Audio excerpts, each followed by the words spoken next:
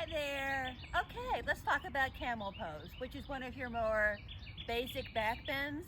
Arguably, there are some that are more basic, maybe up dog or sphinx pose, but we're working on camel.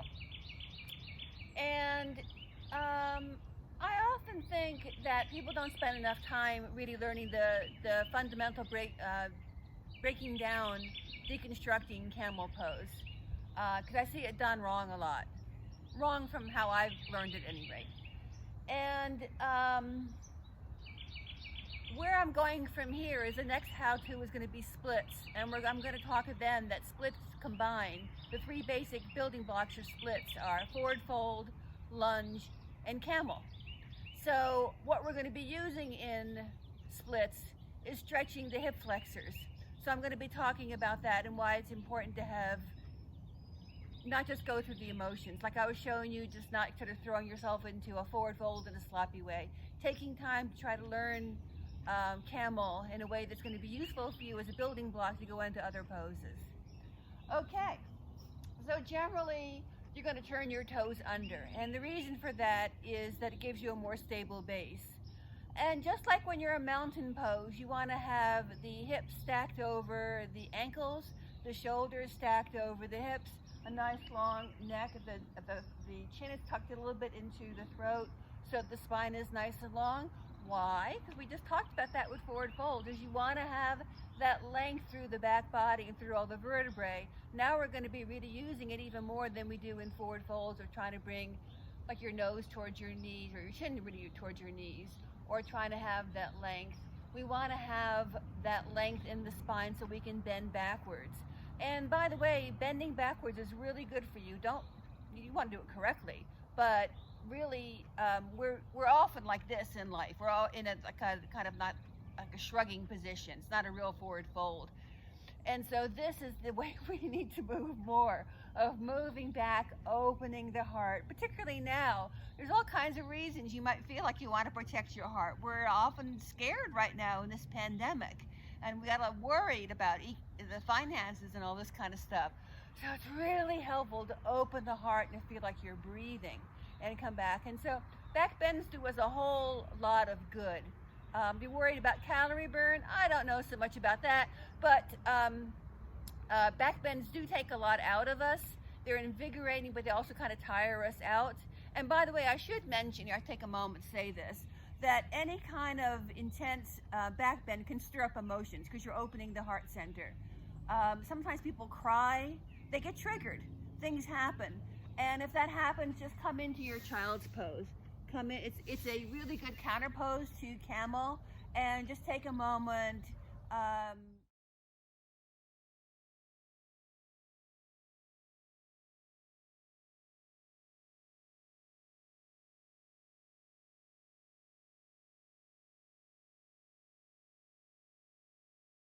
That was strange. My camera blacked out there for a moment, like it fainted in a forward fold or something. That's strange, or in a back bend. At any rate, so I think what I was talking about is you want to have, it's like mountain pose, and that you're standing on the knees and lifting up tall. You want to have that length in the spine to start with. Nice and long. You wouldn't do a camel until you were already warmed up. You've probably already done some sun salutations or the beginning integration poses in a class. So lifting up tall so that hopefully the shoulders are more open, and the elbow creases will come back by the ears like that. Opening the heart. So this is similar to what I was showing with the reverse swan dive and the swan dive coming forward. You're opening the heart, and then bringing the heels of the hands to the small of the back. You're pressing the hips forward, pulling those shoulders back. So again, you're getting those shoulder blades to kind of kiss each other. Looking up, you're not going any further than this. You're looking up, and you're standing on the knees. Do not do this. This is kind of a girl's exercise, and it's a good one. Stretching those quads, you can feel the quad burn, but that's not camel. On camel, you want to be, at least at the beginning, you want to think more that you're standing tall on the knees. Again, lifting, opening the heart, Bringing the heels of the hands to the small of the back. So you're pressing the hips forward, standing on, the quads are nice and long, and looking up. And you would hold that for a few breaths. And that would be your basic camel. And then the way I teach it, we use the, go from there to half camel.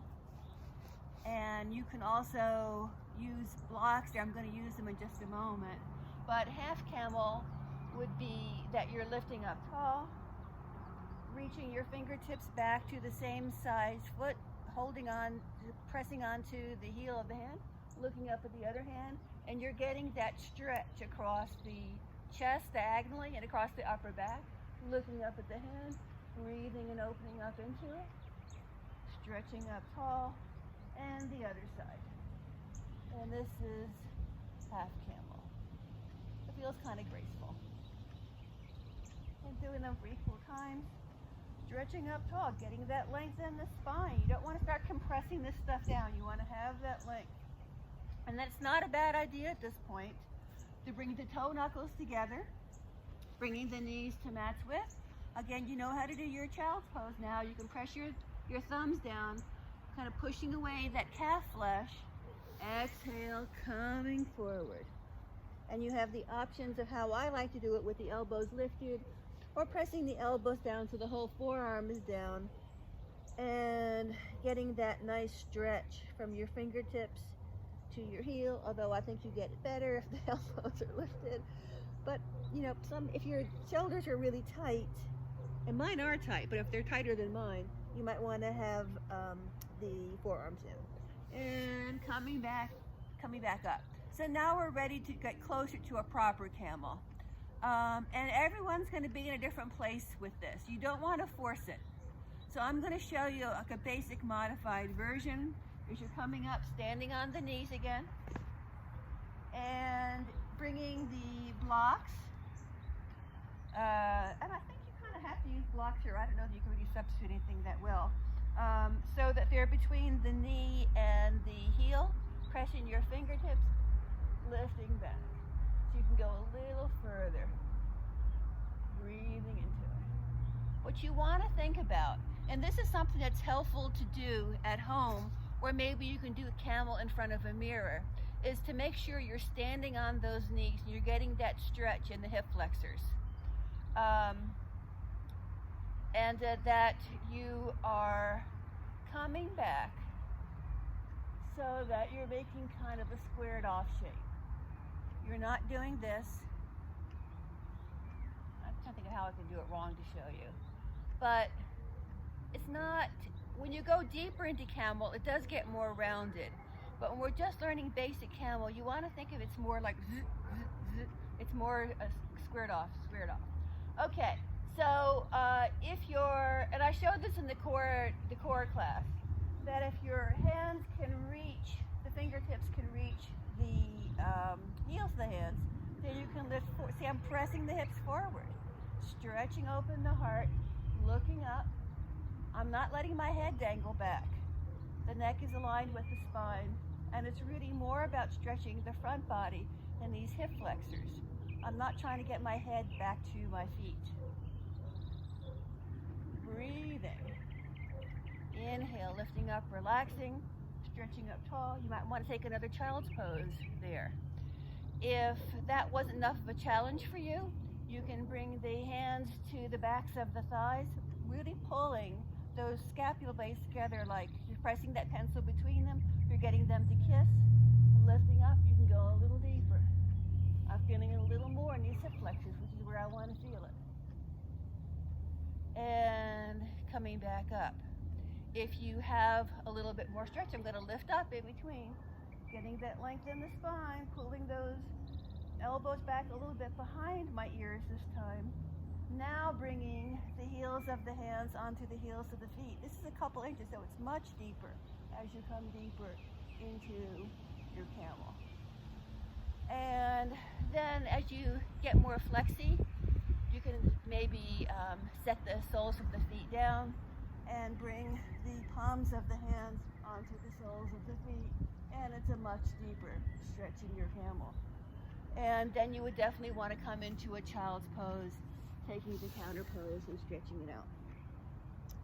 One thing I'm going to show you really quickly before we wind up this camel instruction is that it's actually really close also to a lunge. And a lunge can often have a back bend component in it. And it's almost in a way like a half camel. And you're pressing that hip, but it's actually more, you feel it more in this hip flexor. And this is kind of like a half camel kind of lunge. And when you come into this version, this is actually a half split. So it's getting you halfway there, which we're going to talk about more in the next video.